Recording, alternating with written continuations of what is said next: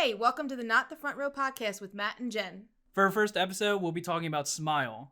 We had some audio issues in this episode. Bear with us. It gets much better as we go along. Thanks for listening. Enjoy the podcast. That was good. Boom!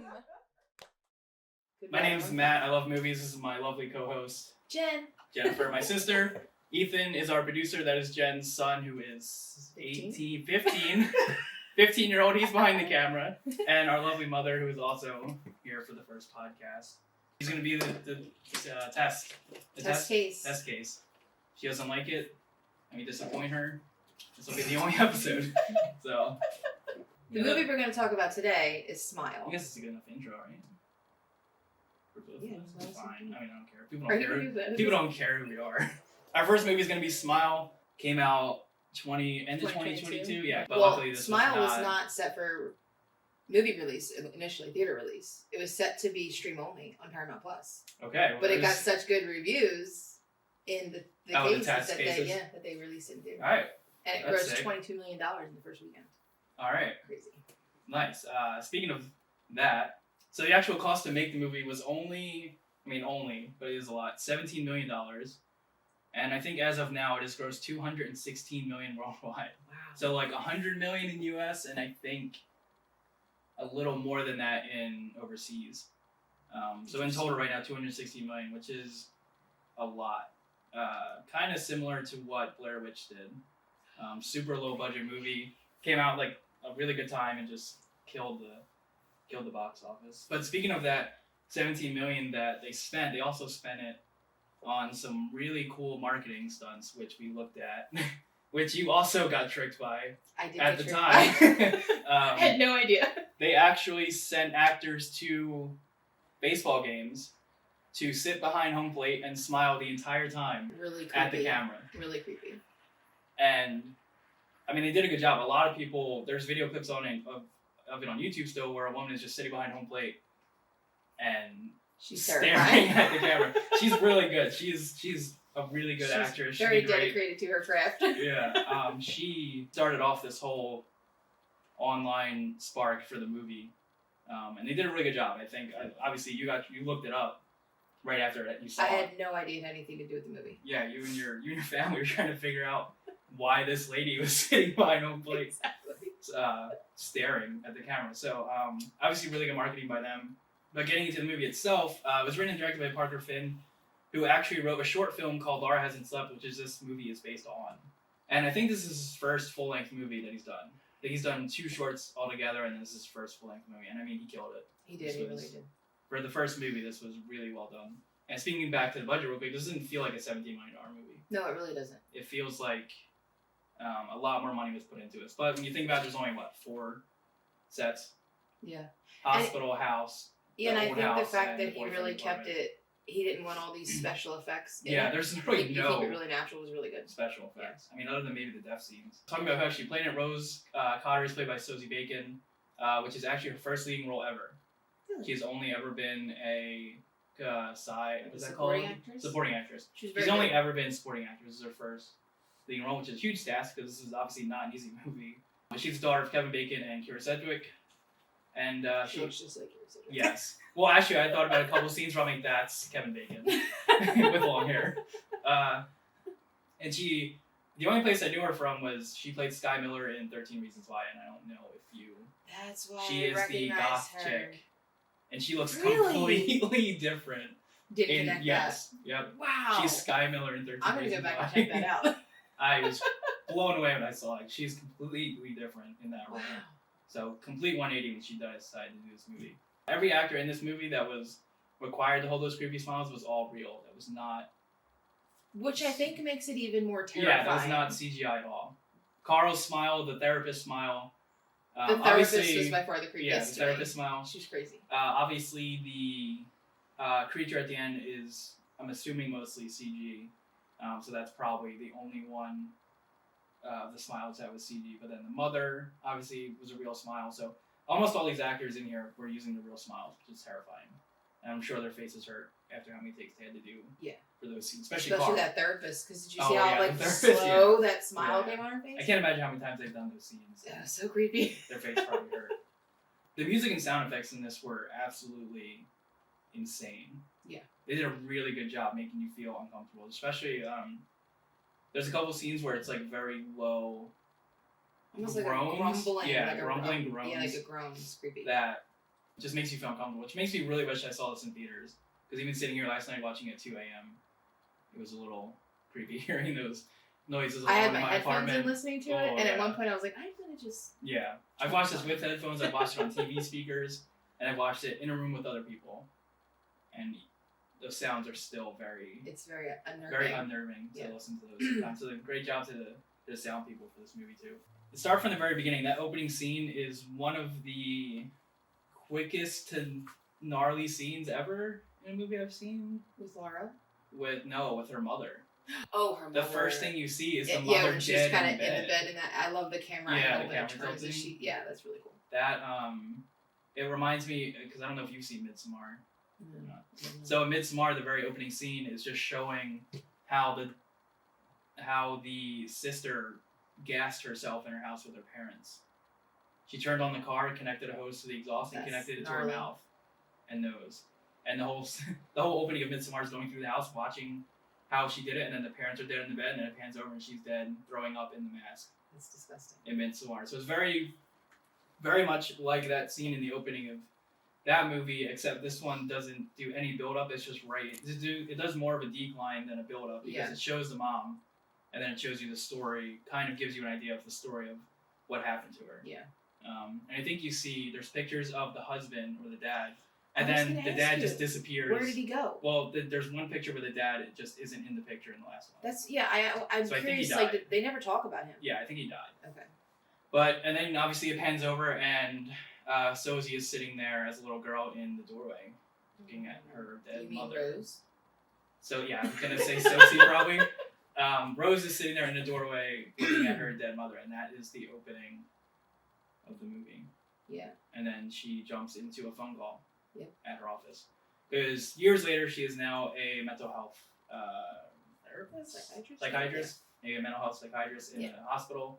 Right after she takes a phone call, there's a really nice shot of an overhead view of an ambulance. Yeah, with the ambulance coming in and pulling a patient out, which again with the music and the sound effects in that scene is really eerie feeling. The cinematography is really good. How they do that. They do a lot of really good overhead. A lot of weird angles. I don't know if you remember the scene where she's getting ready to leave her office and the camera is literally like in the corner tilted. Yeah, it makes you feel really weird. It's all like this weird, uneasy. You can kind of tell that the world is not quite right. Yeah. There's a lot of close-ups, like the camera's right here and it's looking at the person when they're talking to somebody. That's really they did a really good job of that. 'Cause it also makes you feel really uncomfortable.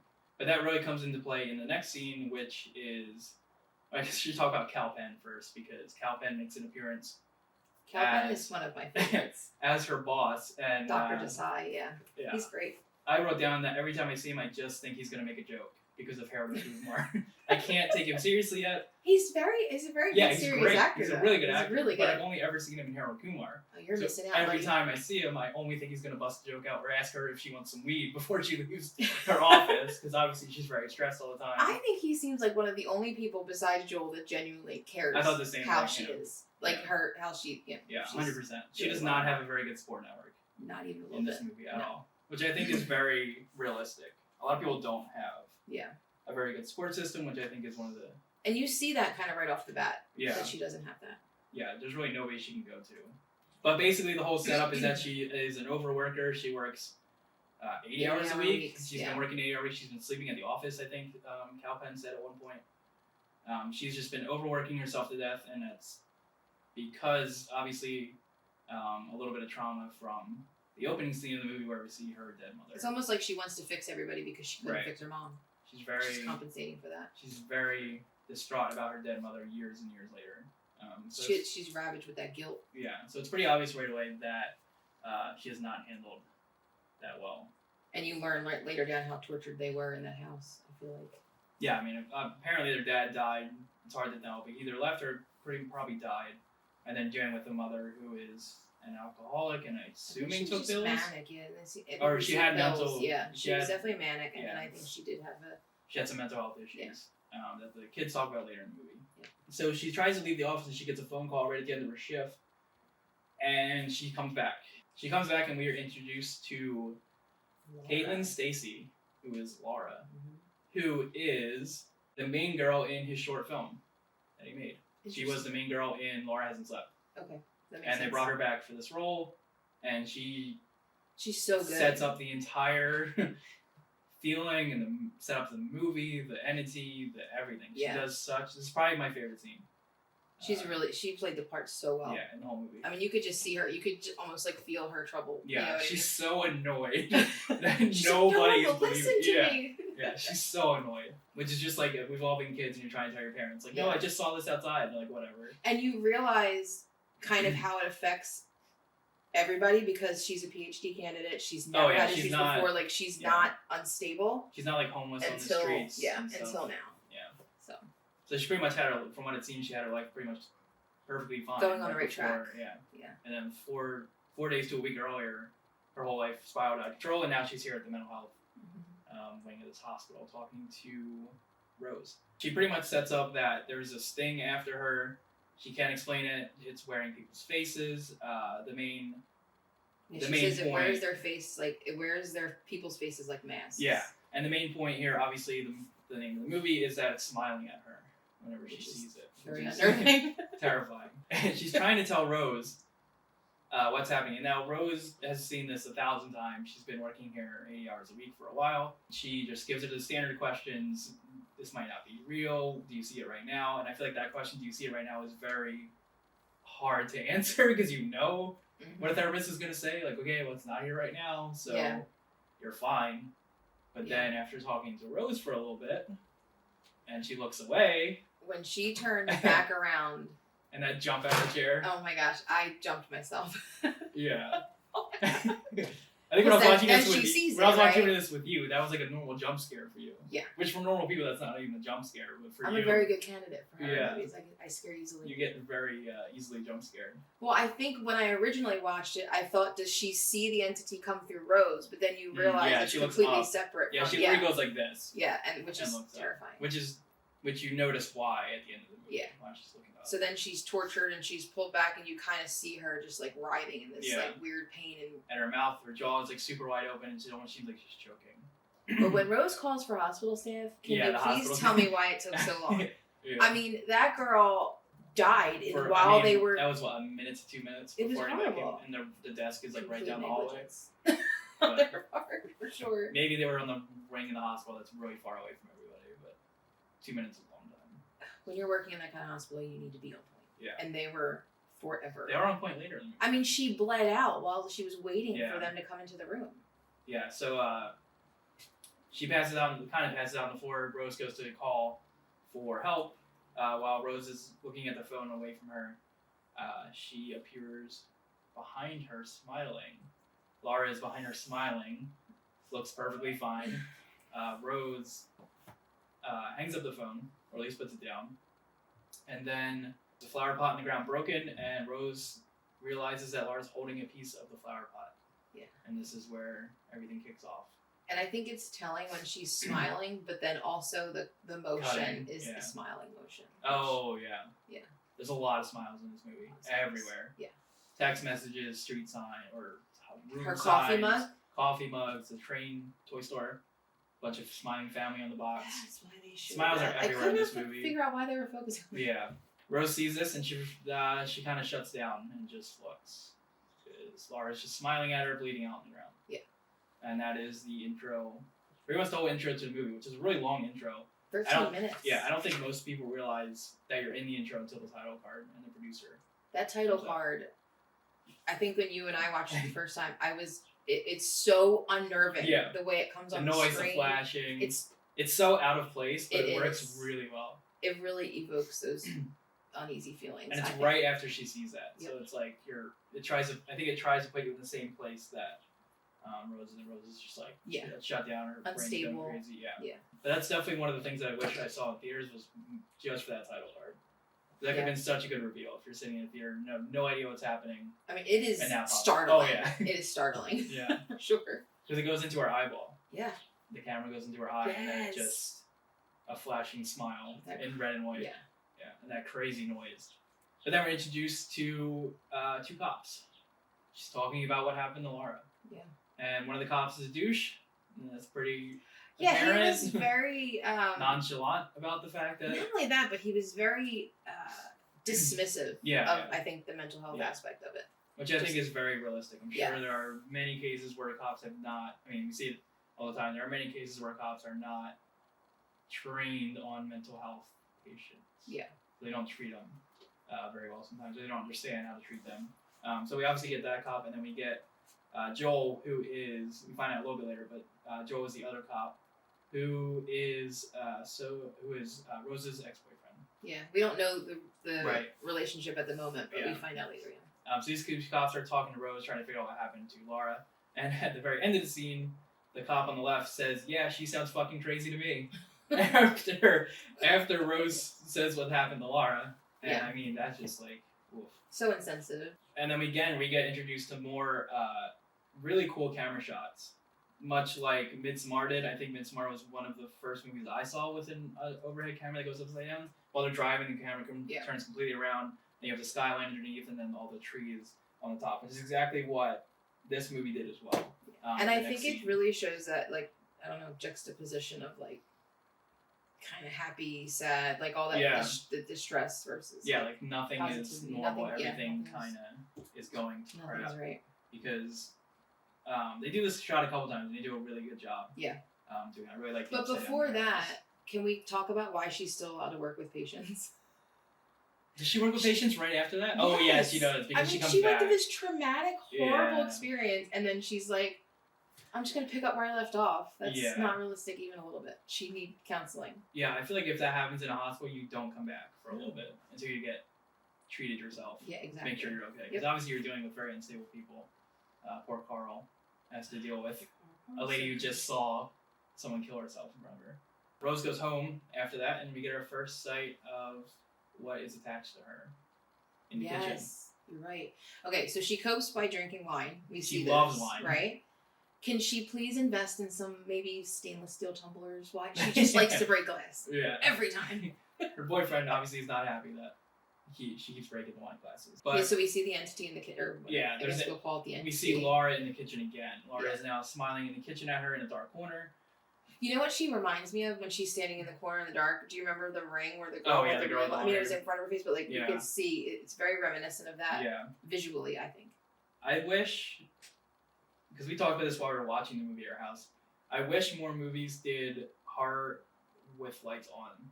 Because I almost feel like seeing her... It's highlighted. Yeah, I almost feel like seeing her with the lights on would be just as scary. Yeah, I really think it would. Because it's super bright and you don't expect her to be in the corner. Because that kitchen is super dark. Yeah. Which obviously people go in dark rooms all the time. It's not uncommon. But in horror movies, it's such a trope at this point to just never turn the lights on. And it's kind of overdone. You know most people in the world probably turn the lights on.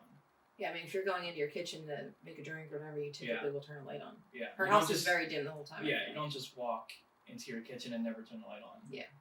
Especially when it's really dark. You're right, though. That's very overdone. It's in every horror movie. At this point. Yeah. Which is one of the faults of this movie. We can get in that later. I almost think it would have been scarier if the lights were on and Laura was standing there. Yeah. I wish Laura was standing there in bright light. Yeah. Because, I mean, we've already seen Laura with a smile. We know what she looks like. We've already seen her in the daylight. I think it would be scarier to see her in the light again. Yeah. Because now we know she's dead. And because I think, too, that it's much more unexpected to see something in the Because if she turns the light on that kitchen, you're like, oh, nothing's going to happen. Yeah. She's in the bright light. Yep. So Paranormal Activity did that really well. When we watched those movies, a lot of stuff happened in the light. Yeah, bright, yeah. Famously, the kitchen exploding scene, where the mom is sitting in the kitchen with all the lights on, and all the cabinets explode open. And that was a great scene. It scared the crap out of me. Paranormal Activity did a really good job showcasing haunted stuff in the light. Yeah. They did it in the dark as well. In like a normal scenario. Yeah, in a normal, just like living your life in your house. They did a really good job of that. So I wish more movies did that. Rose sees the demon. Scares her, she drops her wine glass. Are we calling it a demon? Is it a demon? It's a demon. Okay. What would you... I just refer to it as the entity, but I guess they are the same. It's the same thing, kind of. Alright. But anyway, we after she drops the wine glass, or I guess when she drops the wine glass, we are introduced to her husband. Fiance. Trevor. Yeah, Trevor. We were introduced to Trevor, and Trevor is distant. Fake supportive, Yeah. I feel like. I think fake supportive is a good term for that. And like you and I said, the hug when she's like kind of like looking for that comfort is very cold. It doesn't feel like a very warm hug. He just kind of stands there very like annoyed. It's almost like he's annoyed. Yeah, he does seem that very she annoyed. wants attention. That like which is warranted attention. Yeah, it's not like, you know. Yeah, it's not like she broke a nail. Yeah. She saw her dead patient in her kitchen. She didn't break a nail on the wine glass. She was really upset about the glass. She really needed that support. And I think he was just annoyed that she broke a wine glass. Now his perfect life is now because he does comment about that again. Yeah, later. A little less perfect now that the wine glass is broken. But they're talking about going to dinner with Holly, who is Rose's sister, and her and Holly's, I guess, husband because they have a kid. So I'm assuming they're married at this point. But I think she wears a wedding ring. Yeah. The only thing. What's his name? Greg. I think it's Greg. Yeah. I love Greg as a character. So Greg feels like a comedic relief. Yeah, and I'll tell you why in a second. But yeah, Greg is great. I like him. Holly is very much suburban mom.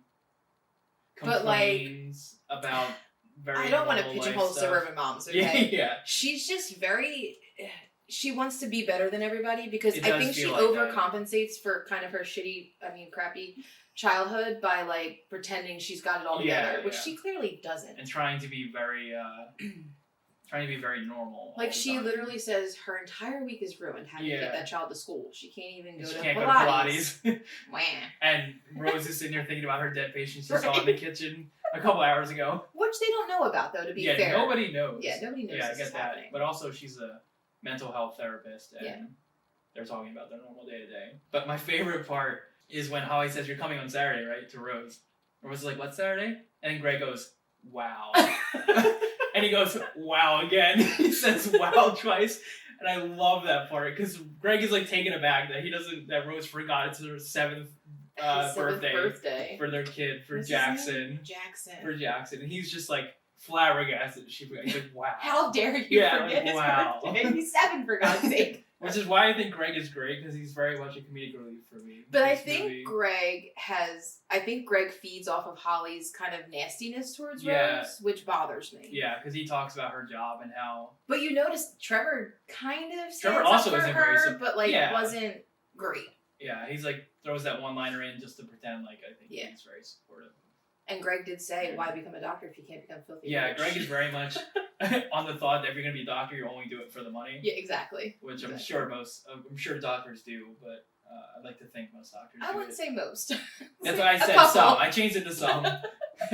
Some doctors, I'm sure, get in it for the money, but I feel like most probably do it because it's not easy. To well, let's be real. They probably don't get paid enough for what they do. Oh yeah, anyway, nobody on those kinds of fields get paid enough, but we sure pay enough in insurance, even though they don't get paid enough. But that's another topic. Are you trying to make it? Yeah, sorry.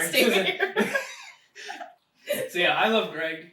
And I also love when Rose just tells him to shut the fuck up when they're talking about her job and stuff. Rose is very because she genuinely cares about these patients. And they're just making Rose feel like shit. Yeah, they're making her feel like a bad person for not being a rich doctor and trying to help people for free, basically. So I do feel really bad about Rose because, like, again, this shows that she really doesn't have any support system. Even her boyfriend fiance is very cold to her. And I think you see here, she always seems like, even from the beginning of the movie, she always seems very kind of troubled. Yeah, she never seems like it just escalates more. Yeah, she's very. Yeah, she's just always very troubled. Even in the beginning, sad. She definitely doesn't look. I guess because the movie sets up that she's never going to be happy with that opening with the mom, but she never feels like she's enjoying her life. No, never. She's just kind of going through the motions. Yeah. So the next scene, she's back in the hospital. Which she should not be taking care of. Right, the day after someone killed herself in front of her for a patient she met for 10 minutes. She's walking through the hospital, and she's like kind of looking at people, kind of like avoiding eye contact a little bit. She also hesitates to say hello to the man in the morning. Yep. You can tell she's kind of afraid to look directly at people. And then she walks in the hallway, and she's kind of like taking a quick peek at people, and then she'll look down, and then she'll look up real quick, and then she'll look down. And then she does that double take. They do a really nice camera trick where you can see the rooms as she's walking by. Yeah. But she doesn't see them right away. And she walks by good old Carl's room. Poor Carl. And Carl is just sitting up in bed smiling. And this is the, I guess, second time we see the entity. Yeah, I think this is the first time. She sees it as somebody different, right? It's now it's using other people. Yep. and not just Laura. Which goes back to that using other people's like faces as masks. Yeah, right? which is exactly what Laura talked about. And Laura, which we forgot to mention, but Laura actually talked about her dead grandfather coming back to her. You're right. As a demon. I've talked about it. Yeah. So that was established early on. Oh wait, she said her. Oh, she did say it. Well, yes, you're right. She said sometimes also my dead grandfather or something like that. Yeah. So she did establish that it does take multiple faces. So yeah, so she sees Carl and she's kind of like, does a double take, comes back, looks at the room, and Carl's just sitting up smiling at her, which isn't completely. Not completely abnormal. You wouldn't think at first. It's not abnormal. It's just a little abnormal for Carl. Yeah. Carl has never been. Carl's crying the first time we see him. His smile. He does a really good smile. Insane. His shift from being that crying guy talking about everybody's gonna die and he's gonna die, to this smiling man. Yeah. Is really good. Actor did a really good job. But I think when you were reading about it, it talks about how the writer, what's his name again? Parker Finn. He really wanted that smile, but those like dead eyes to really make it, and you really see that in Carl. Yeah. He's just a lot of dead eyes in this movie. Yeah. When people Yep. Carl starts yelling at her. He's like, "You're gonna die. You're gonna die. You're gonna die." And he starts pressing Rose. Yeah. He gets up. He stands. He walks towards her. And Rose starts freaking out, and she calls for help. And help is there in 5 seconds. Yeah. They're right down the hallway. So it goes back to our point of why did it take so long? But obviously it's a movie, so they're setting it up to be. Yeah. But the crazy thing about that is, you realize that it wasn't really him. Some people don't. I don't think some people realize it at first. Well, because when they come running into the room, he's laying on the bed, basically The very asleep. first time I saw it, I thought he jumped back in bed. I did too, but then you realize, I think after you see it again, he was just laying there. But they did rush in and grab him. Poor Carl. Carl's just sleeping in bed, and yeah. And Rose is like, "We have a 55-1 or something." 51-50. 51-50, and Carl's like, 51. What's that? And Carl's like, poor Carl's like, "I'm just trying to sleep, Rose." Carl's like, "I know that number, 51-50. What the hell?" And he starts getting body slams. I mean, they're like. They just come piling on him, restrain him. It's terrible. And I guess they really don't even think about it. Like I guess their job is to just, no matter what you see, your job is to restrain that patient. Because I think what Dr. Desai says to her afterwards is that she thought he was going to harm himself. And especially right after somebody killed themselves, like they're probably on top of their shit for that next day. So they tackle Carl right away. Carl's obviously not a threat to her at all. They go back to Calpen. Yes, Dr. Desai. He gives her. But the thing that drives me nuts is he says, "A patient just brutally killed herself in front of you. Do you think that's maybe why you thought Carl was gonna like?" It's okay to come back to work, but if you have any issues, this might be a problem. Do you really think that's why I thought he might harm himself or be harmed to me because of this traumatic experience I just had? So he tells her pretty much, you're on leave for a week. So she decides she's going to go to the party the next day. Yeah, so she's on her way home. She picks up a train for her son because her sister asked her to at least get a train for the kid if she can't make it. And to me, it's important to note that the shopkeeper puts the train in the box, carefully wraps it in this tissue paper, and closes the box. Yeah. Does he wrap the box too? No. Okay. Okay. But I think I really took notice of the fact that he carefully wrapped this train, which makes me question it.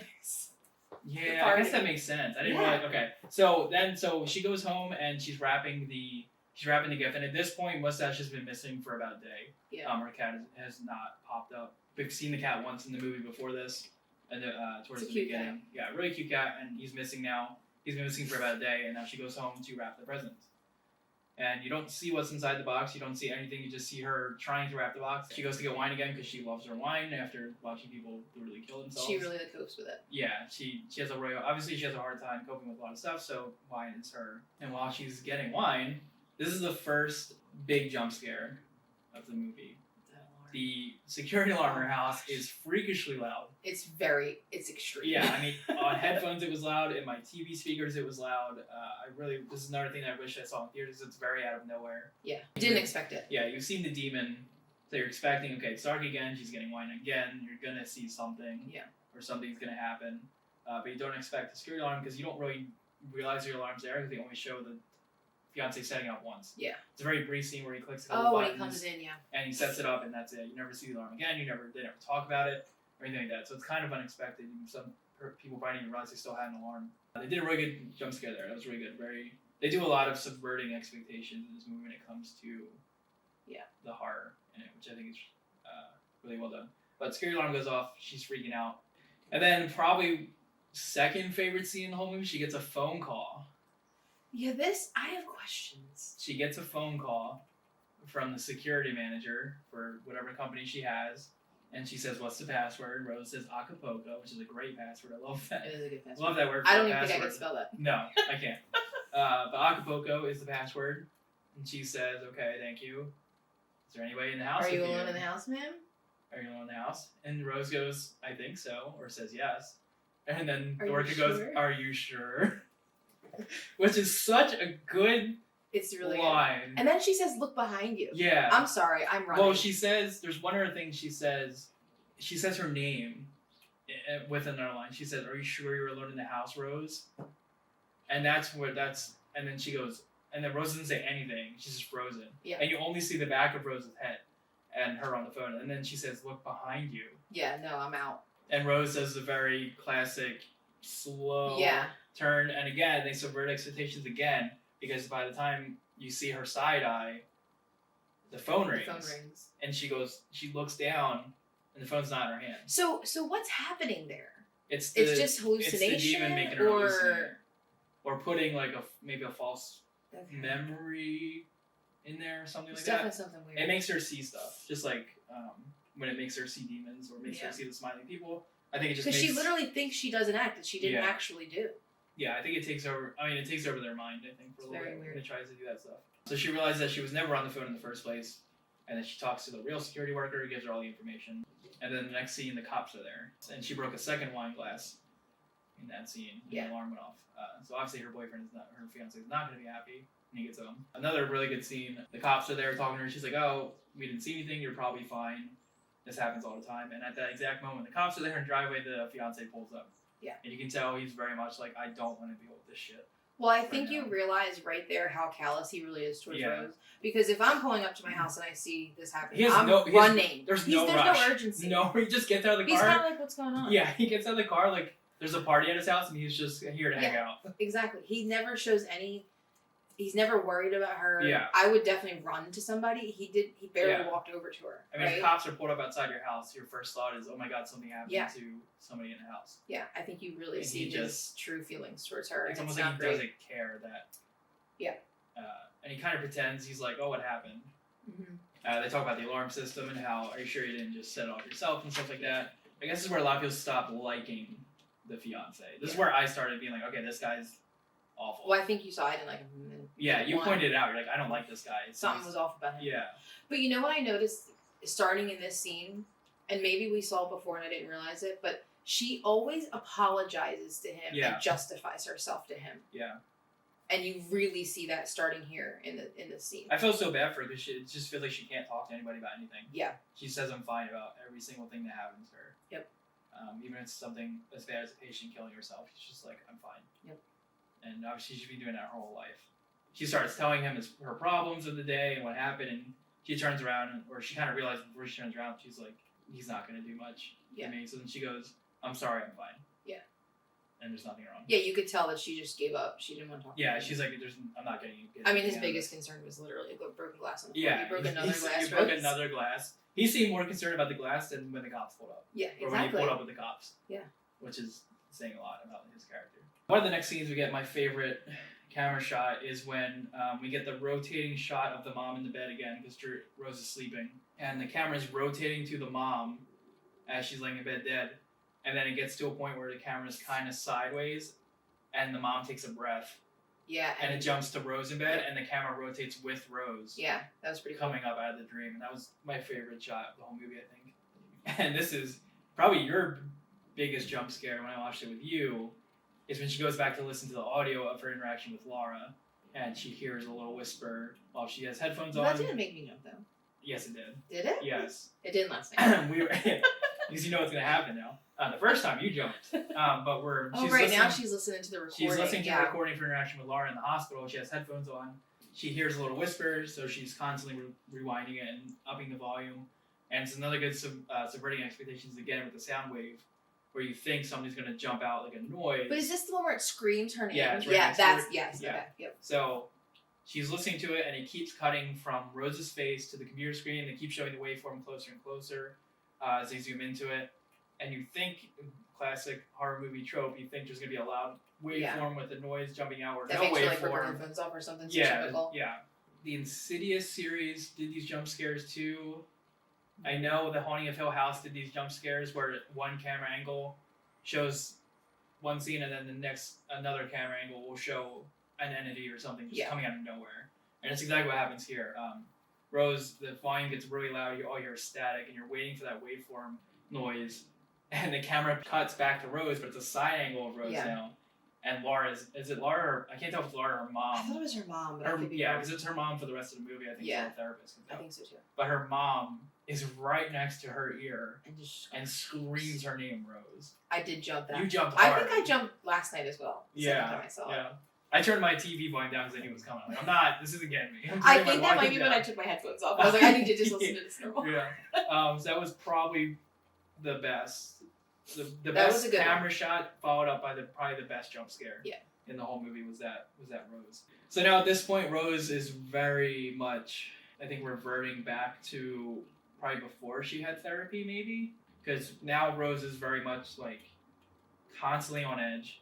She's constantly fidgeting. She's messing with her face. She's messing with her hair. She's biting her fingernails. Always rubbing her face. Yeah, she's messing with her. Even she's talking. In the next scene, she's messing with her hands like this the entire time. She's grabbing her fingers. From this point on in the rest of the movie, she never stops fidgeting. She does a really good job of... And she's very desperate for the therapist to just give her something to take the edge off, because she just can't get out of her own head. And the therapist is like, no, we're not going to do that. Because obviously the therapist knows about all the shit that's out there. I really like how Sosie plays a very defeated Rose at this point, because Rose is just like, I'm reverting back to everything I used to do. It seems like she's fidgeting with everything. She can't sit still. She's biting her nails constantly. The next scene, probably another thing where I was like, holy shit. I didn't think that was going to happen. Oh, the party. Yeah. But I think Jackson's 7th birthday party. I think the scene before that, though, really weirded me out, because she's in the house getting ready, and when she's practicing smiling in front of the camera, in front of the mirror, rather, that was unsettling. Yeah. She was trying to force herself to smile. And it was just like, you just see her torture at that point. And she really sees it too. She's like, oh, I can't. But did you see at one point, and maybe it was just me, like, projecting, but at one point her smile kind of went a little weird. Did you notice that when she was in the mirror? No. You might have. I could have just been pretending. I really wanted the demon to come out at that point and, like, I smile at her while she wasn't smiling or something. I don't know. I feel like something contorted a little bit. That wouldn't surprise me. But I could be wrong. But that's another horror movies do that a lot, where somebody's looking at an image of themselves and then the image in the mirror does something that they're not. Yeah, it just looked a little off. Yeah, so it wouldn't surprise me. But also that's another thing that's like very common. So like I'm glad they didn't do it. But also kind of would have been cool to see Rose smile without her actually smiling. After she talks to the therapist, it's time for Jackson's 7th birthday party. The big party that they're all so excited about. Yeah, they're also happy to go. Everybody's excited for Jackson, and I think this is the hardest scene for me. I think in the movie. Because I felt awful. It was pretty rough. Yeah, it's a rough scene. Poor Jackson. little child of Holly. Time for Aunt Rose's gift. Which is obviously a train that she packed up at the house. Obviously the train. He does 2 thumbs up to Aunt Rose. I didn't even catch that. Yeah, he does. He looks at her, he goes, and she goes... And you can tell he's just like this poor innocent little child who's never seen any conflict in his whole life. And I think he's opened like maybe 3 gifts before this. Like he didn't even get to open everything, and then he found that. Yeah, this whole party's at the end. It's like the 3rd gift he's opened, so his whole party's ruined. You can kind of sense that something's wrong because they don't show the box at all from the top. It's all a lower angle. I was gonna point that out because camera. I think the most. Can I say what happens? Yeah. Because I think the most jarring part. Because I envisioned that they would do it, because they do so many overhead angles, right? And I really thought they would show the overhead, but then you just see this child, and he just, which is even more traumatic. Well, first you see his face. Yeah, just he's like melt. he just goes white. And Holly's like, "What is it?" And he just lifts this dead cat, poor dead mustache, out of the box. And mustache, which is clearly a CGI cat, which is so funny that they didn't have like a stuffed animal or something for that scene, but it's clearly a CGI cat. This poor kid. Everybody freaks out. Rose starts freaking out and crying because this is mustache she's been looking for she goes, for a day. The worst part, she just goes over and grabs the cat and just starts crying and like nuzzling it to her, like her chest. And then it zooms in and it says mustache on his little collar. Poor mustache. He didn't deserve this. There was no indication that mustache was in that box. I had no idea that was coming. And that's why I think when you see the shop owner like wrap that box, like she had to literally unwrap everything. Yeah. well, first kill the cat, obviously. Yeah, the thing that they never explain is if she killed the cat or if the demon killed the cat. But I feel it would like all be on her head, so she wouldn't know. Yeah, that's where I don't get it. They skipped the whole, like, she killed her cat and then had to clean all the blood off and then completely erased that part of what happened. Yeah. So it's hard. I don't know if she dreamt it. There's no memory of that, no scene, nothing. Which is the one weird thing. They just kind of brushed that off and didn't explain why. That's what bugs me. Yeah. So that was kind of one of the things where they put it in the story, but I don't think they had a way to explain it very well without Rose knowing. But I guess maybe they led up to that by you see her maybe picking up the phone, she didn't realize she did it. Right. Like there's a lot of things that maybe lead up to that. So you just kind of interpret it. Yeah, so you just have to go with it. It's she's not going like crazy. It's not that you just can't think too deep about it. It's just part of the movie. So and then the demon appears at the party as one of Holly's friends. The one that she got first introduced to, The one that's, oh, you're a therapist? Thank God. I need your help for free. I don't want to pay for it, but I need your help. Exactly. I need your advice in the kitchen while we get drinks. So she appears as a demon. She's smiling at her from across the room. And this is where I started feeling really bad for her because Rose is just like, how do you not see this? Like, and everybody thinks she's batshit crazy at this point. Her sister's looking at her like, you're just like mom. Yeah. At this point, she's because obviously their mom had mental health issues, and everybody looks at her like she's crazy. She's trying to ask anybody if you see her. And this is probably the second best jump scare in the movie, I think, from my point of view, is when That's a pretty good one. She's just kind of like spinning around the room. Everybody's looking at her, and then she turns back around to the demon, and now it's in front of her face, and you don't know. And then they have like a sound cue that scares her and scares the audience. And then she falls back through the glass coffee table with the dead cat. Yep. I mean, for being in her first lead role, that scream was insane. Yeah. The bloody arms from the glass. She's sitting there like this, holding her arm, and then. But I feel like the reaction from the guests at the party was just there would have been more reaction. They're all just standing there like. As she falls to the table and she's just covered in blood. And nobody went to help her. Nobody helped her. Like, she didn't kill a person. Like, for all, it's just a dead cat in the box. Like, yeah. I mean, that's still pretty traumatizing. Yeah. But, like, imagining one of your family members doing that, like, I feel like you would try and stop them from freaking out. Like, you wouldn't just back away. Call somebody? Like, nothing? I think somebody would at least grab somebody. Yeah.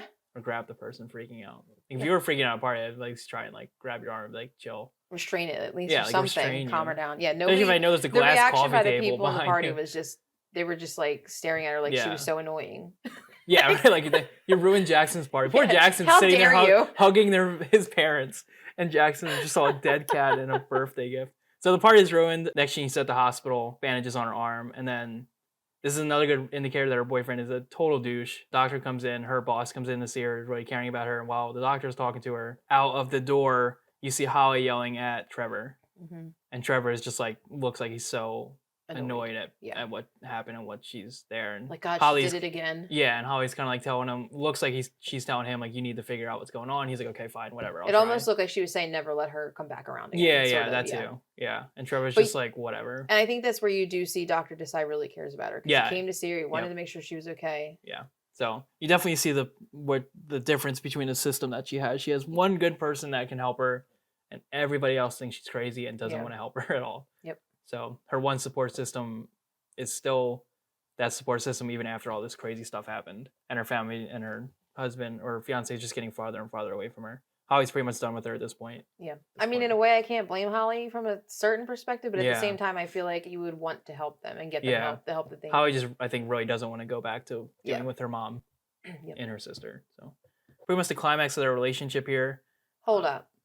What I want to know is, from what happened, you obviously have to know what happened, right? If you tell anybody at the hospital what happened to her, there's no chance she's getting let out. Yeah, that was gonna be my next point about when she's talking to Trevor in the car. Like, she should have been left there for evaluation at least. They just let her go. Like, hey, you just had this complete manic episode. Yeah. Again, it's one of those things in a movie where I think you just have to suspend belief.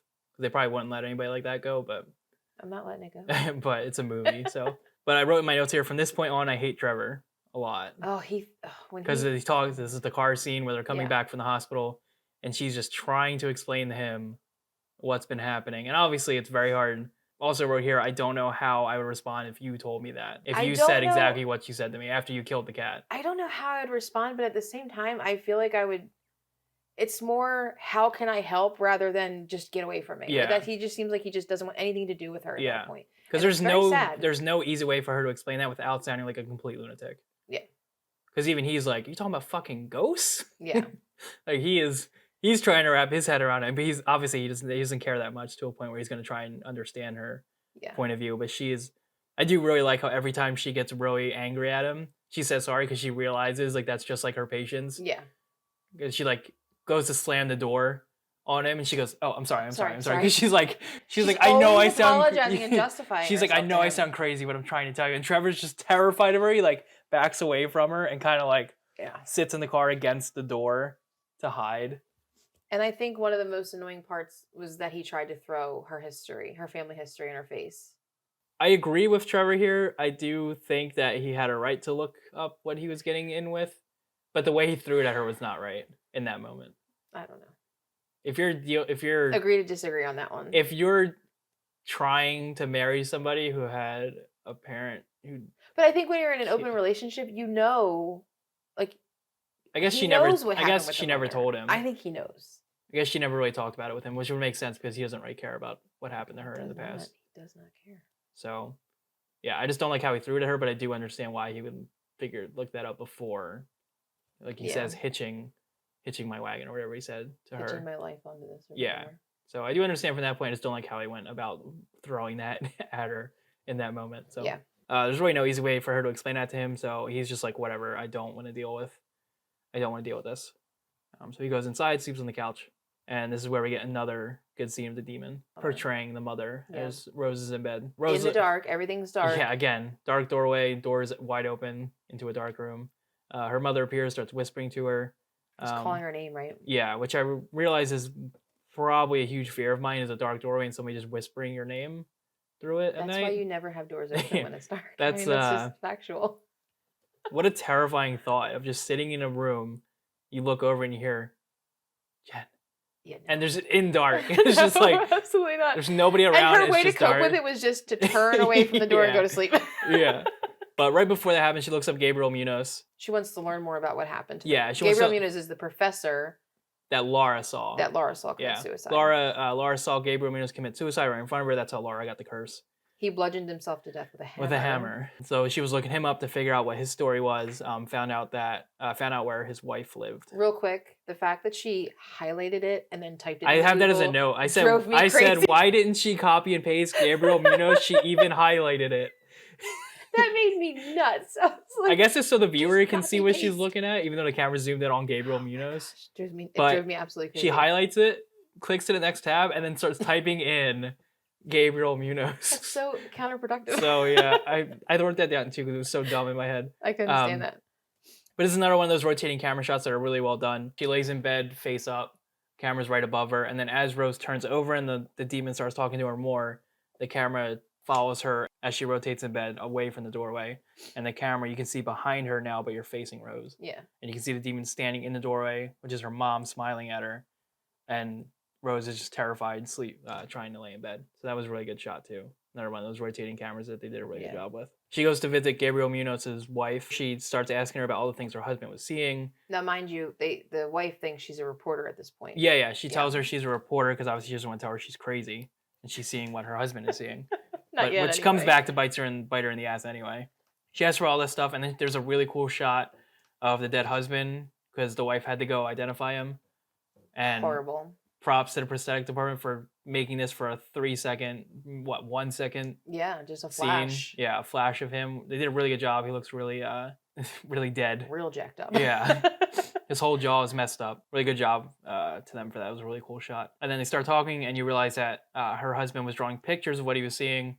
And you find out that the husband was seeing brother or uncle. I think it was his brother. Yeah. Yeah, he was seeing his brother smiling at him. His brother died in a car accident when he was young. Never got over it. And this is where you really start to see the pattern of, okay, they've all had this horrible trauma. Yeah, I wrote that down too. I said, this is the first time you realize the demon attaches to people with trauma. Yeah. This is where they first throw it in your face. I don't know that's the first time you realize it, but. Well, right, the first time it's the first time you see the pattern. Yeah. I think really developing. Yeah, so she says, he saw this, and she starts connecting the dots in her head. That all the previous victims watched someone else kill themselves in front of them.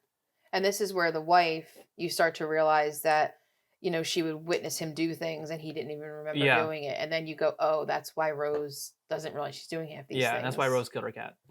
Killed Mustache. Poor Mustache. R.I.P. Mustache. And poor Jackson. Poor Jackson. So she starts talking to the widow, and you start to think the widow might help her in this case, because all these horror movies, they always have that one person that starts helping them to figure out what's going on. It's a pretty good horror movie trope that's been around forever. But then it takes a turn when Rose says, and the widow starts to realize Rose is the one that's crazy. Yeah. And she says, "What kind of reporter are you?" And she says, "Your husband wasn't crazy. I'm seeing the same thing." And then it clicks in the widow's head, like, "Oh, you're effing nuts." You need to go. And she freaks out on her. She did lose it. Can you blame her? No. I mean, your husband died, and now some woman's asking you, like, you think she's like an admirer of your husband or something. Yeah. So she tells her to get out, and obviously Rose leaves. This is where I wrote a couple notes. So one of the things I wrote was all the interactions with Rose seem very realistic, although very sad. Yeah. Everybody she interacts with, except for her boss so far, has completely dismissed her and treated her like she's an awful person. By everybody, yeah. Which I feel like is in when you're dealing with somebody with mental health, I feel like it's pretty realistic from what I've heard. There's no stabilizing person in her life. There's nobody there. Which I feel like a lot of people go through. A lot of people don't have that person that can help them. And a lot of people probably look at them like they're just crazy. And I think every time she gets tossed aside, she gets a little bit more desperate. Yeah, she's trying somebody to listen to her, right? And then she turns to the one person she has left in her life. Poor Joel gets tossed into this world. Turns to the last person she can go to, and that is her ex-boyfriend Joel, who was the cop in the beginning of the movie after Laura killed herself. And I wrote, thank God the ex-boyfriend isn't a huge douche, because Rose would be absolutely screwed. She'd be and it would have nobody. On an island. Yep. For Rose. I do like the part where Rose walks right into the apartment when he opens the door, like doesn't even say hi. Come on in. Yeah, come on in. And this whole time, like since Joel's seen her, he's kind of like been trying to work his way back into her life. Yeah. And he just shows up, or she shows up, and he's like, oh, cool. And then she just comes in, and he's like, oh, this isn't like a good...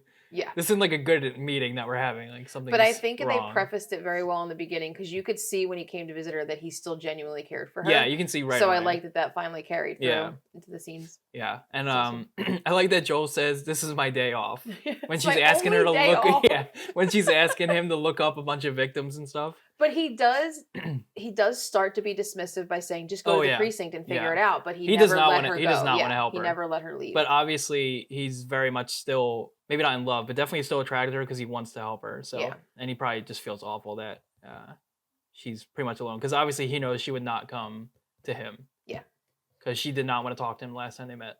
At all. At the hospital, yeah. She was like pretty much. She was actually very dismissive. Yeah, she was like, I don't want to talk to you. So he knows that obviously she needs a lot of help if she's there showing up at his apartment. So they figure out, they go through some crime scene photos and some footage, and they figure out, or Rose starts to figure out that all these other victims have seen other victims kill themselves in front of them. See a video of a man smiling right before he kills himself in front of a lady. And that's where she kind of confirms in her head and confirms to the audience that this is the demon doing this. And that's that became the woman who killed herself in front of the professor. And then it's just a whole line of, and I don't think they confirm yet that how far back it goes. Not yet. Yeah, later on they confirm it. But that's the start of the police officer looking through all these cases to figure out and to help Rose later on. Because in the meantime, she goes back to her sisters. Yeah, and so there's one more shot here that I really like. There's a transition shot from the apartment, the circular window in Trevor's apartment, when she's like, can you print out those files for me? Oh, yeah. And then it starts zooming in on the window, the circular window, and it transitions into her driving. Yeah. That was pretty cool. I really like that shot. It's another good camera transition. But the next scene, this is where Trevor and the therapist get put in their place. Because she comes home, has a bunch of files. Yes, they have all the files. I don't know why she thinks these files are going to well, she didn't present people. Them to them, though. Right. She was going to show it to Trevor. Yeah. But I mean, she was just going to show Trevor a bunch of dead people. But I think she could try to say, look at the trend that's happening, and nobody would. I just hate that she thought that would work, because there's absolutely no way Trevor wouldn't just call the cops on her right away after showing a bunch of crimes. There's no way Trevor, I don't think, would acknowledge it, to be honest with you. Yeah, maybe Trevor would just dismiss her again and tell her you're crazy. But then she just was attacked, basically, or I guess ambushed. Yeah, ambushed. Yeah, she walks in and the therapist is there with Trevor, and the therapist is like, "Hello," like just kind of like, "Hey, yeah." And this is where she pretty much tells Trevor off. I like this scene a lot, because you realize that Rose is like, okay, he's a piece of shit. Is this when she addresses his like perfect life being a little bit imperfect? Yeah. Yeah. So he can only handle it when it's perfect. Yeah, I love how she puts him in his place, and he's like, I don't even know why we're together. She's like, I don't know either. Yeah. And then she just leaves. And that's the last time we see Trevor in the whole movie. Well, she does tell the therapist, make yourself at home. Yeah. Fucking make yourself at home. Yeah. Poor Rose. So she tells off both of them, which I really liked, because again, I mean, the therapist was probably her second best support system. even so she fake to me, even though. she seems very like uptight because about. when she went to visit her, I was like, this chick does not. She just felt very, again, dismissive almost of her. I hate to keep using the same word, but that's how they all were. Again, two more people that are pretty much she's cutting off at this point, or have cut her off. Trevor does try to contact her later, but obviously she doesn't want to deal with Trevor anymore. She doesn't want to deal with her therapist. So pretty much after Rose figures out that Trevor and the therapist are not a good option, she goes to Holly. They have a nice little altercation, and you learn about their backstory a little bit. Holly was not there for the later stages of the mom being absolutely batshit crazy. And Holly does apologize that. I really like that Holly apologized. Holly seemed really good. Like I feel like this is like kind of like Holly's arc at this point. Yeah. Holly went from that PTA mom to not caring about Rose that much to like apologizing to Rose, saying I'm so sorry that I left you with mom, and that she had to find her. She had to be the one to find her. Yeah. And then she tells Rose that this is just like what happened to mom, and Rose is not like that because Rose obviously knows exactly what's happening. It's not what happened to mom. Yeah. And then Rose tries to show her the crime scene photos. Obviously Holly is not having it. Yeah. And Holly says you need to leave. Pretty much cuts her off at the end. And then we get the scene that everybody has seen in the trailer that I really wish was not in the trailer because it ruined it. I didn't see the trailer. I saw the trailer like 3 times at least before I ever saw the movie. She goes back to the car. She's pretty frustrated, and the demon comes out of the house. As Holly. You think it's Holly. Holly comes running out of the house. It's not smiling at her, so you think it's Holly. No, yeah. It's Holly's face, but it's really blurry through the window. And Holly comes up to the window, knocks on it. Rose looks up, and then Holly's head What was the significance off. of the head hanging off? Do we know that? Just to scare her, I guess, or like get her mind like a little more screwed up. The whole point of the demon is just to wear you down, I think. Yeah. But yeah, she thinks it's Holly. Holly's head flips upside down and has a really long neck, and she's looking at her. Yeah, that would have been a really cool scene if it wasn't in the trailer, but I knew it was going to happen. So yeah. But even better than that, I love Jackson in the window, watching Rose punching the steering wheel. She's screaming and pounding on the wall. Poor Jackson's watching out the window.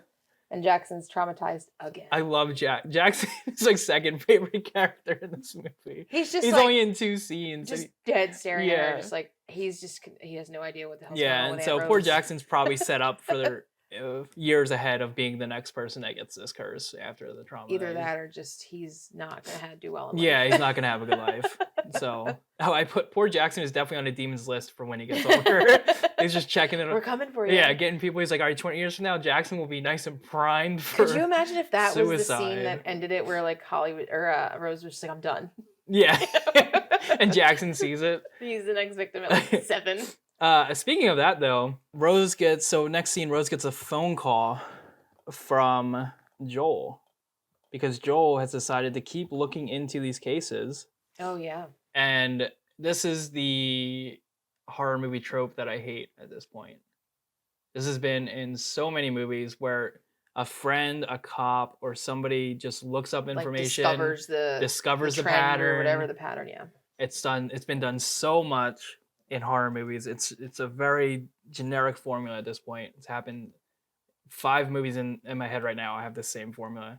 The Ring, I think, being one of them, where they had a friend that tried to find the pattern. So I was kind of annoyed to see that, but I do really like Joel as a character in the movie, and I really like Joel and Rose helping each other. So he tells her that the pattern, this has happened to 20 other people, and only one person. No, 19 suicides, but 20. 19 suicides, and one person is alive out of the pattern. Yeah. And like, so all right. Now she's got to figure out how he made it. They're like, all right, Joel, I know it's your day off, but we're gonna go see this guy. We're in gonna Altoona. Yeah, so we're gonna go drive to see this guy in prison and figure out his story. They go to the guy, Tally, is his last name. Tally is in prison for killing a man. Yes. Rose wants to figure it out. So Rose starts talking to Tally, and towards the end of the conversation, he says, basically, you have to kill somebody in front of somebody else. It has to be brutal, and then it passes you and goes to the person that watched, which is a really grim... He killed his neighbor, right? Yes, he just randomly killed his neighbor, and which is a really grim way to beat this, because most horror movies give you a happy way out. Yeah. But at this point, he also doesn't know right that he thinks she's just profiling him. Profiling him. Yeah, most horror movies give you like that easy way out. This one, there is no easy way out. It's kill yourself or kill somebody and spend the rest of your life in jail. So there's no easy way out. But I don't even think she realizes yet that she could just kill herself, right? Yeah. They kind of indicate in the next scene. Tally doesn't know that she has the curse. And he says, you have to kill somebody. And she goes, I can't kill somebody. Yep. And he's like, holy shit, you're the one with the curse? Yeah. He does such a good job here of really making you feel afraid for this demon. Because I don't know if the demon can just randomly attach to somebody who's already had it before, but he definitely makes it seem like that's something that can happen. Yeah, don't pass it to me. You can't give it back to me. Yeah, he says you need to leave. Why are you here? You can't pass it to me. All that stuff. And he does a really good job of being terrified. I mean, his scream's crazy. Yeah. And he does a really good job. And then we get probably seems like your favorite scene, the therapist. Favorite? It's creepy as hell. Yeah. Definitely has the creepiest smile to me. Yeah, sure. She's got a really gnarly smile. And it just like, just comes on and it's just like, that's just bizarre. Yeah. So right before the therapist shows up at the door, I think Rose is thinking about maybe offing herself. Yes. She goes to pick up the knife. Grabbed the knife, yeah. And this is where I think... Well, this is after she gnawed her hand. Yeah, she went to go clean off the blood off her hand. And I think this is the first time we see the demon... kind of attack her. Like, not that, but like right when the demon shows up, it's like proactively preventing somebody from beating the system. You're right. Because she's like, I could kill myself. I'm going to grab this knife. And as she's pulling out, the demon just so happened to shows up. Yeah. As the therapist at the front door. Like, you're not going to get the best of me. So this is even more a point to his side because now he can prevent you from trying to kill yourself. So now it's like he's got all this power to screw with your mind, but also he knows when you're trying to do something to yourself. Yeah. So now he can also... Good point. I didn't even think about that. Yeah, I realized that last night on the third watch, that the demon is now so good that he can prevent you from trying to do something. Yeah, he's so strong. Which is insane because there's really no way to beat this. Yeah. There is no happy way out no matter what you do. Even if you want to kill yourself, he will probably try and stop you, and he probably will stop you from killing yourself. Yeah, and not only that, the only way to get you to get rid of it is just to give it to somebody else, which is troubling. Which is crazy because that means this curse will never go away at this point with the system he has in place, which is a very terrifying thought that there's no way to get rid of something. And most horror movies don't have that. A lot of horror movies, they give you the out. Yeah. They tell you, okay, this is how you go away, or this is how it gets destroyed, and it will never come back. Sometimes there's sequels where it just comes back randomly, or they explain how it came back. I think It did that. Yeah. It came back way later when the kids came back. In this storyline, there is no way out, which is really unsettling. Yeah. And a really downer in this movie. You really start to realize that, she's probably done. Yeah. There's really no way to be this. But yeah, so the therapist comes in, starts talking to her about kind of what's going on. For ambushing her the day before, so you think she's genuine. Yeah, and she's like, I think she says, explain what's going on or what you're feeling. And she goes, and then Rose goes through the whole list of her sister hating her, her fiance ambushed me, and all this stuff. And she goes, so I'm really not just having a good time. Yeah. And which I thought was a really funny scene. She gets another phone call. We get another phone call scene where she picks up the phone and realizes that the person on the phone is the real person, and the person she was either talking to or is in front of her is not the person she thinks it is. And that's kind of where I get... I questioned it because...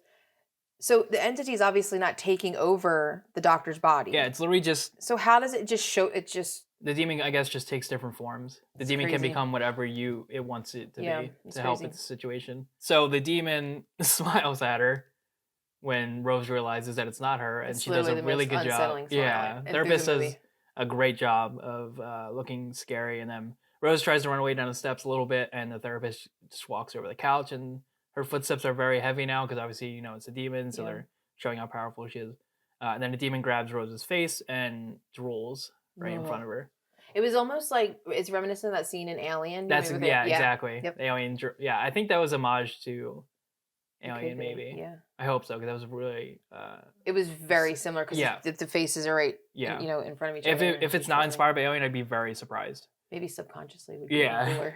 But then it just cuts from that scene. Well, it tells her it's almost time. Yeah, it's almost time, and then it just cuts away, which is a little disappointing, but I mean, what else can you put in that scene? Yeah. The demon, just disappears, and then Rose is there crying. I do wish there was maybe 10 more seconds where you see Rose crying on the ground and the demon's not there anymore, because it just kind of goes away. And then we're on to the next scene. I think Rose realized she can't kill herself because the demon's just going to do stuff, because obviously Rose was in a headspace where she's like, I might be able to kill myself, and the demon shows up. So now she goes to plan B. She grabs the kitchen knife and heads to the hospital where she works. Fancy knives. One of her probably $50 kitchen knives. That's huge. That blade is huge. That is a big knife she brought with her. But the guy, Tally, did say at the prison, you need to make it brutal. Yeah. To cause that trauma in the next person. So she's outside the hospital. And she's thinking about it, and then she puts the knife in her sleeve, hides it, and then goes into the hospital. And you don't know exactly who she's looking for at first, but then you get a pretty quick idea of, oh, she's looking for Carl. Why is she taking out poor Carl? Poor Carl is sitting in the room facing away from her. She comes in, starts Carl looks at her and says, no, because I guess... He's already scared of her because of the last time she had him restrained. Yeah, 5150. So poor Carl pretty much has more trauma than anybody in this story so far. Yeah, he really knows. She starts to move towards Carl because she's going to start attacking him, and this is where her boss comes in. Comes in. He's like, Rose, what are you doing? And Rose looks at him, and then looks at Carl, and then goes, John Wick pulls out the knife out of her sleeve, and starts going to town on Carl. This is probably one of my least favorite scenes. I remember you saying that. I think you said this is stupid while we were watching because, I mean, you pan back around to Dr. Desai looking at it. Yeah. I hope that's how I'm saying his name right. And he just, pulls his face off? I don't like the face peeling That was ridiculous. Yeah. But you do see that again in the end. Right. But I don't like that. But it didn't look good. That was really probably the only scene that I was just like, no. Did you notice the CGI knife was really bad too? I didn't really look. When she stabs Carl, it's so fake. Absolutely. When she's going in repeatedly on Carl, it's really bad. It's really bad. That scene was definitely not one of my favorites. I really That's probably my least favorite scene. Disliked it. Yeah. Significantly. I think she should have cut his throat. Yeah. And then the doctor just screams normally. Yeah. And then it cuts back. Yep. I don't think he should have peeled his face off at all. But anyway, that part was it's probably I'm with you. It was also my least favorite. But she stabs Carl. Carl starts laughing. Yep. Her boss peels his face off.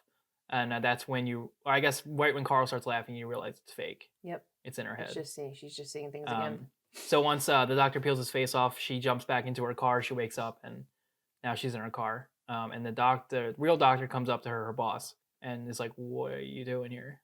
So she's never entered the hospital. She's still been sitting in her car the whole time. So trippy for her. It's so sad. Oh yeah, she's had all these hallucinations. Her poor cat died. She doesn't even know how it died. Now she's murdering someone. Now she has images of murdering people. And the doctor's trying to talk to her, calm her down.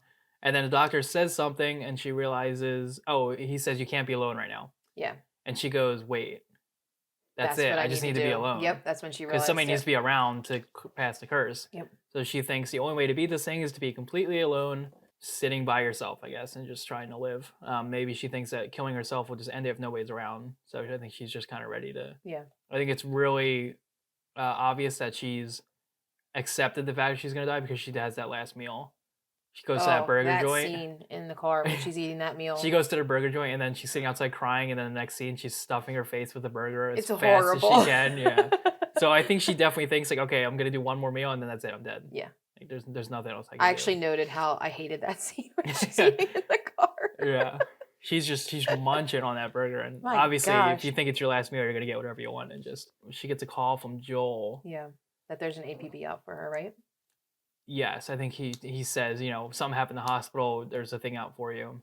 Then I don't think she tells Joel her plan, right? No, she doesn't. She just kind of like doesn't tell him anything. I think she says something where he kind of gets that she needs to be. I think she needs to be alone. Yeah, she needs to be alone. So, and this is where we finally see her old house, the childhood that they home. Still own. Yep. That she's never sold. That's completely dilapidated. Yeah, nobody's lived there since they moved out. Yeah. It's totally run down. It's in the middle of nowhere. There's nothing around. It's in the woods. She goes to the house. She gets out of the car, leaves her phone in the car, goes into the house, and pretty much sets herself up to be there for the night. This movie is already super depressing and a downer. And then we get the reveal where she has a memory about her mother, or I guess it's a flashback to when her mother was in bed.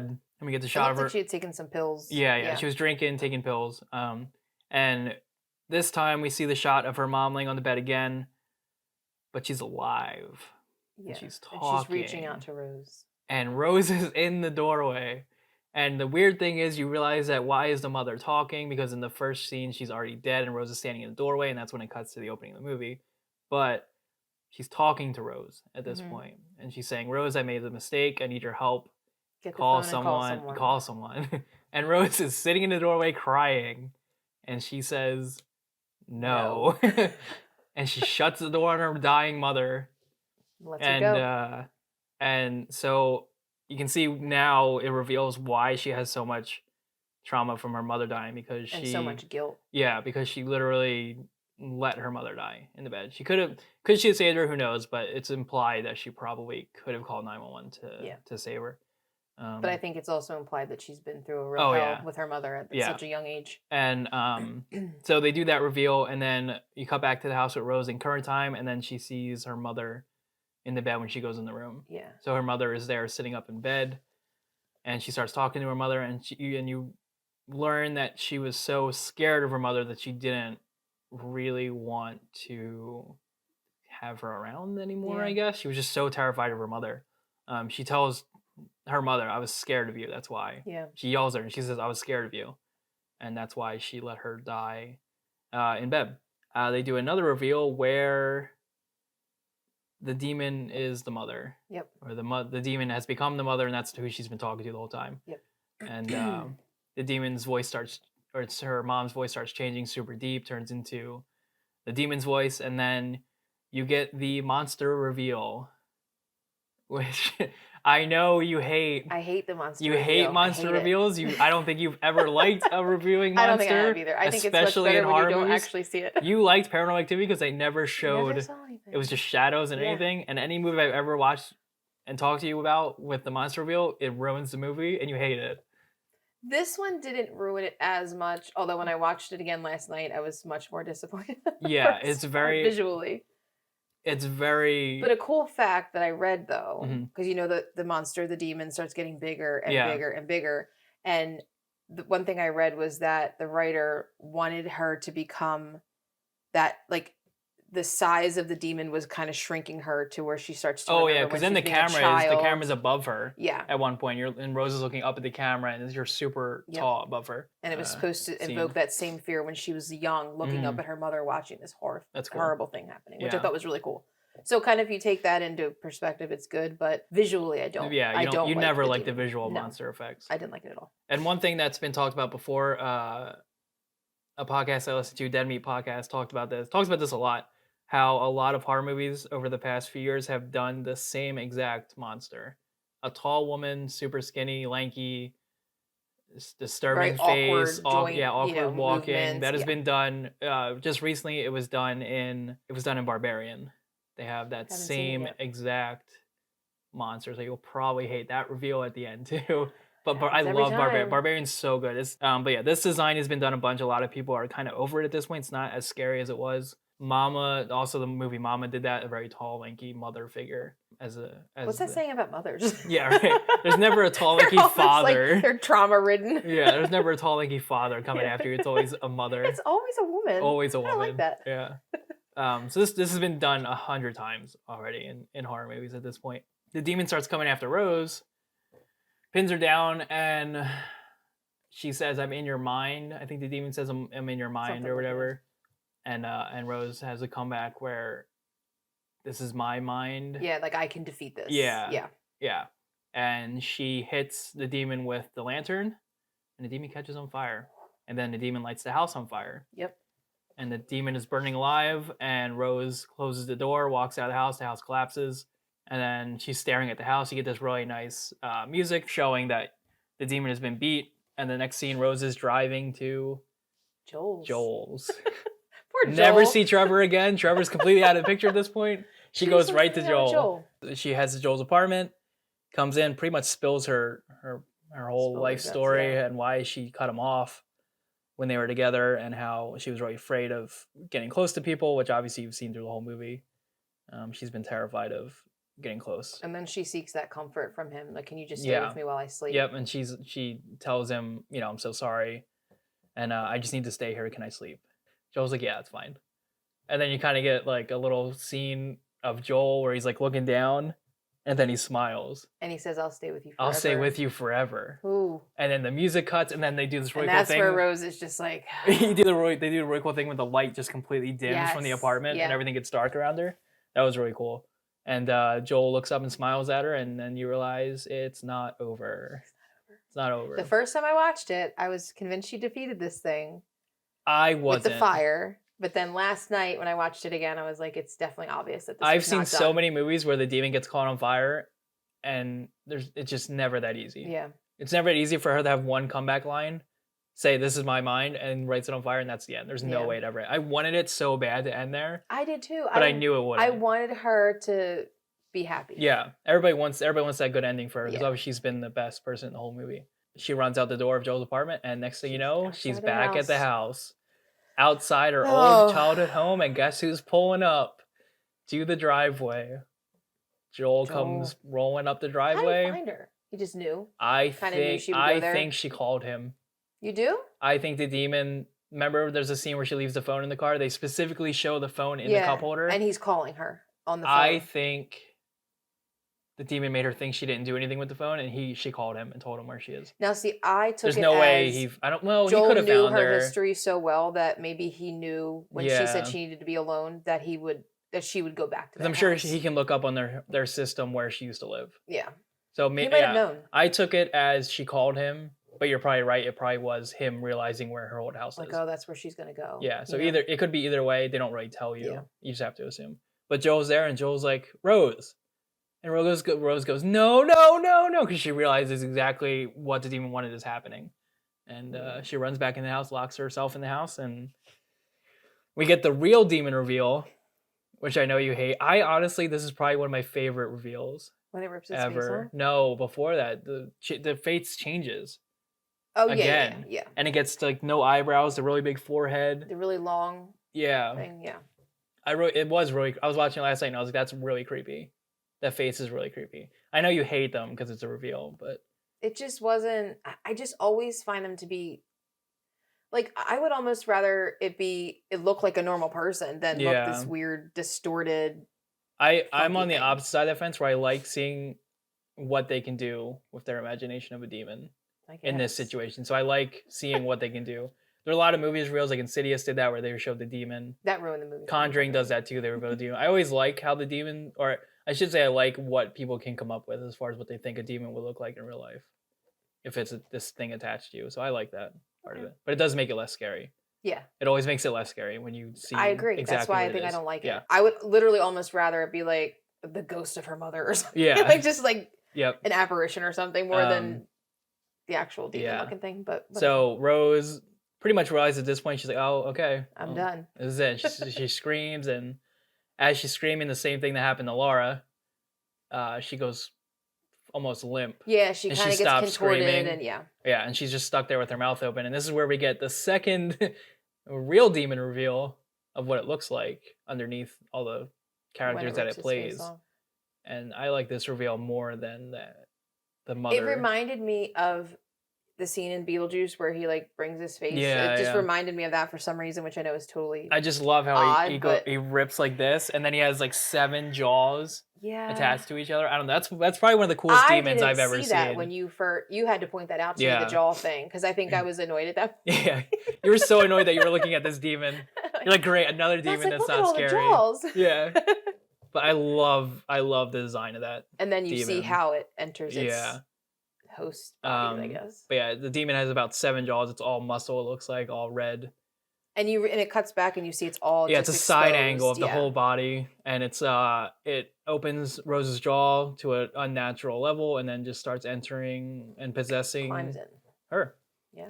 Next scene, Joel barges in through the door, can't find Rose, finds Rose in the dining room with a gasoline jug above her, pouring gasoline on her. Gasoline all over herself. And he goes, Rose, and Rose turns around, and Rose is smiling with a lighter. I will tell you, she had the least creepy smile of anybody. Her smile was not creepy. Yeah, it was just a normal smile. Yeah.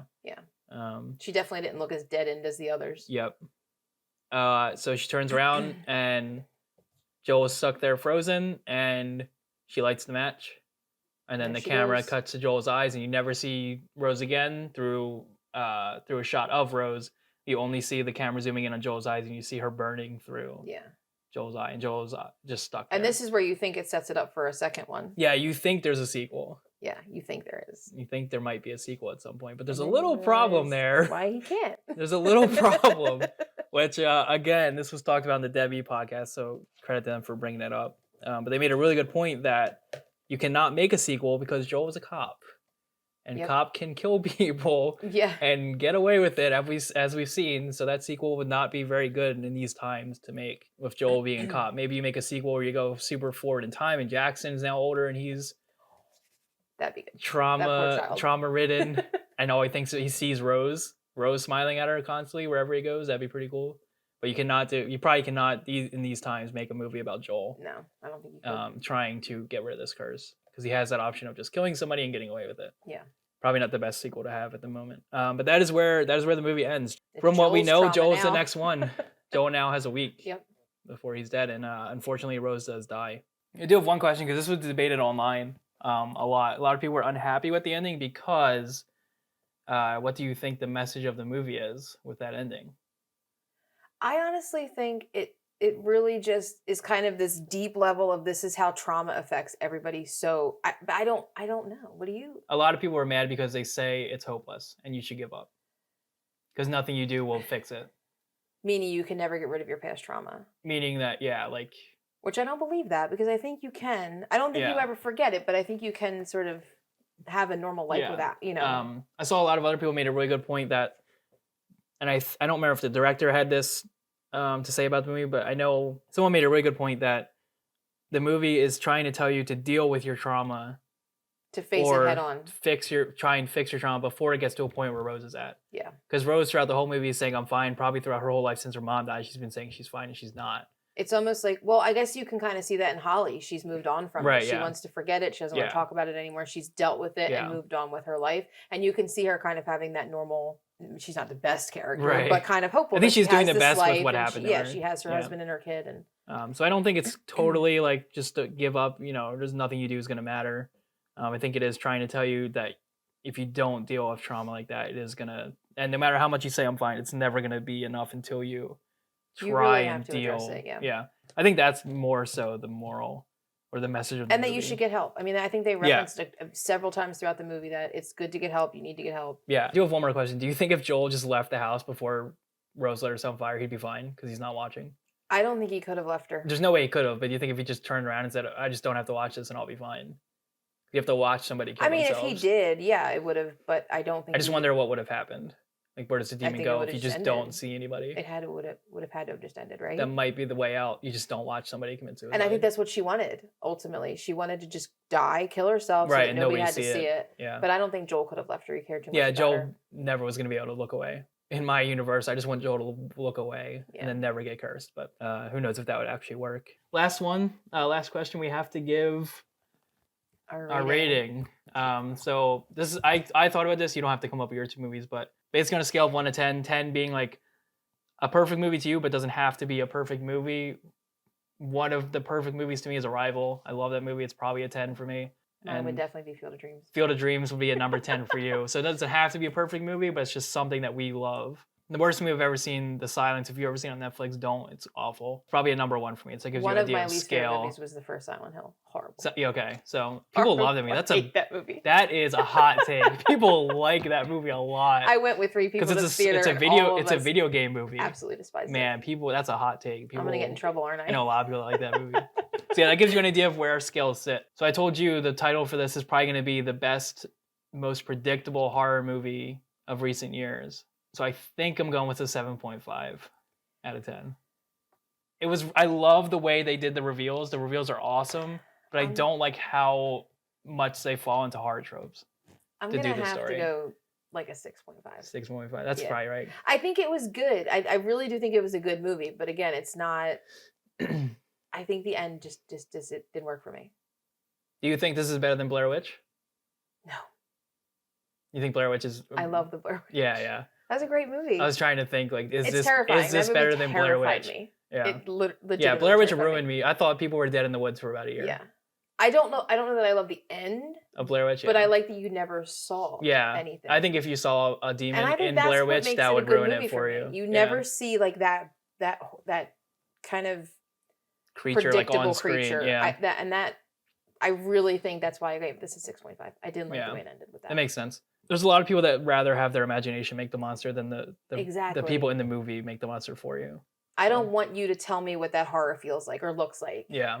Because you can imagine it, and then it's always scarier in your mind. Yes. But so man, Monster ruined it. Monster ruined it for me. No, Monster might have been 8 out of 10. It might have been because it was the acting was. Oh yeah, everything about everybody was great in this movie. There wasn't a single person in this movie that I didn't like as far as acting. Everybody played a great job. But if I had to rate anything really high, I would really give her Sosie Bacon. Sosie Bacon. She's definitely like a 9.5. Yeah, she was excellent. Her first leading role, she did great. She was really, really good in that movie. Could have totally done without Trevor through the whole movie. Yeah, because he just annoyed me from literally the You never onset. see Trevor again. No idea what happened to Trevor. So really who knows if Trevor actually reacted to her? I don't like that they made him kind of. He's almost like villainous, right? Because he just didn't like. Somebody had to be the good guy, and they couldn't make two good guys. Yeah. So they just made the ex the good guy and him the bad guy. It's always the ex that they bring back. Yeah, right. It's always somebody that's not in their life currently. All right, but that's gonna do it. That is our first podcast on Smile. Thanks for listening to Not the Front Row. Let us know what you thought about Smile in the comments down below. And hopefully we'll see you in the next episode.